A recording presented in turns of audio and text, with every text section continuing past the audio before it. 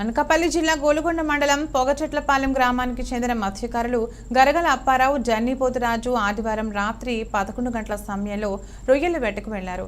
అయితే ప్రమాదవశాత్తు పడవ బోల్తా కొట్టడంతో ఇద్దరు మునిగిపోయారు. వారు గట్టిగా కేకలు వేయడంతో ఇంకో బోట్లో అటుపై వెళుతున్న వారు జన్నిపోతురాజును రక్షించగా అప్పారావు మునిగిపోయినట్లు వారు తెలిపారు. ఈ ఘటనపై సోమవారం సంఘటనా స్థలానికి Narsipatnam rural CI B Hari, Golugonda SI B Krishnarao, KD Peta SI Upendra సందర్శించారు.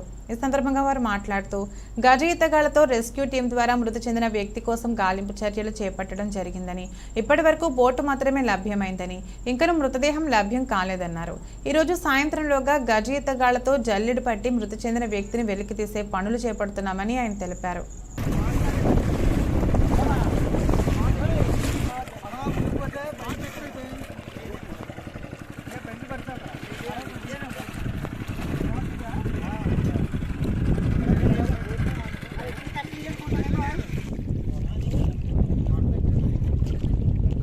ఏంటండి ఇక్కడ ఎంత లోతు ఉంటుంది? 6 నిలువుల లోతు ఉంటుంది.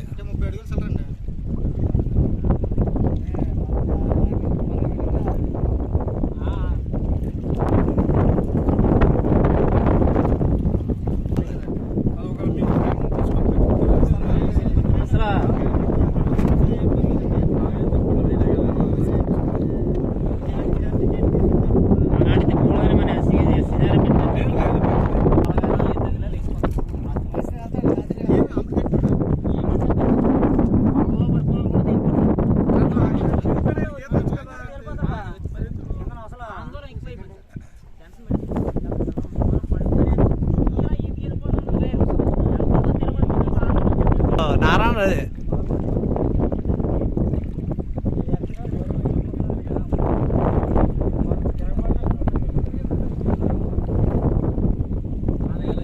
అదే ప్లేస్ అండి. అది ఇప్పుడు వాటర్ కట్టి వెళ్ళిపోదు కదా.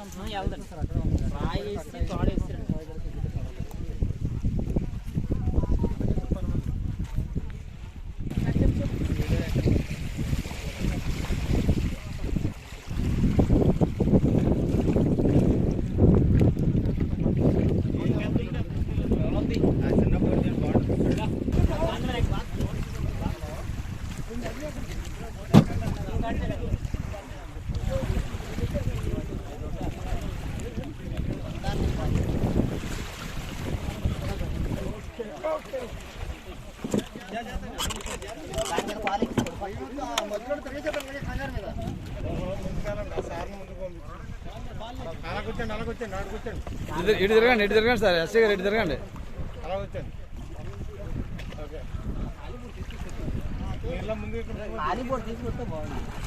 రూరల్ సిఐని నిన్న నైట్ పొగచెట్లపాలెం విలేజ్ నుండి ఇద్దరు మామూలు బోట్ వేసుకొని తాండవ రిజర్వేర్లోకి ఫిషింగ్కి వెళ్ళారు, వేటకి వెళ్ళారు. అయితే ఒకతను జన్నిపోతురాజు, ఇంకో అతను గరగల అప్పారు.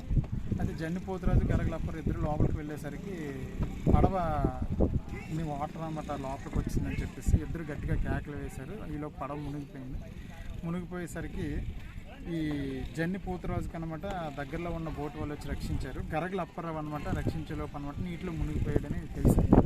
అది దాన్ని మా పోలీస్ రెస్క్యూ టీమ్స్ అన్నీ వచ్చాయి, సెర్చ్ చేస్తున్నారు. అదేవిధంగా రెవెన్యూ డిపార్ట్మెంట్ వాళ్ళు, ఫైర్ డిపార్ట్మెంట్ వాళ్ళని వచ్చారు. సెర్చ్ చేస్తున్నాం బాడీ గురించి. ప్రస్తుతానికి బాడీ అయితే దొరకలేదు, ఇంకా వెతుకుతున్నాం. దగ్గరలో ఉన్న గజ ఈతగాళ్ళని కూడా జాలార్పేట నుంచి రప్పించాం, వాళ్ళు కూడా వెతుకుతున్నారు. మ్యాక్సిమం ఈరోజు సాయంత్రంలోపు దొరుకువచ్చు అనుకుంటున్నాం.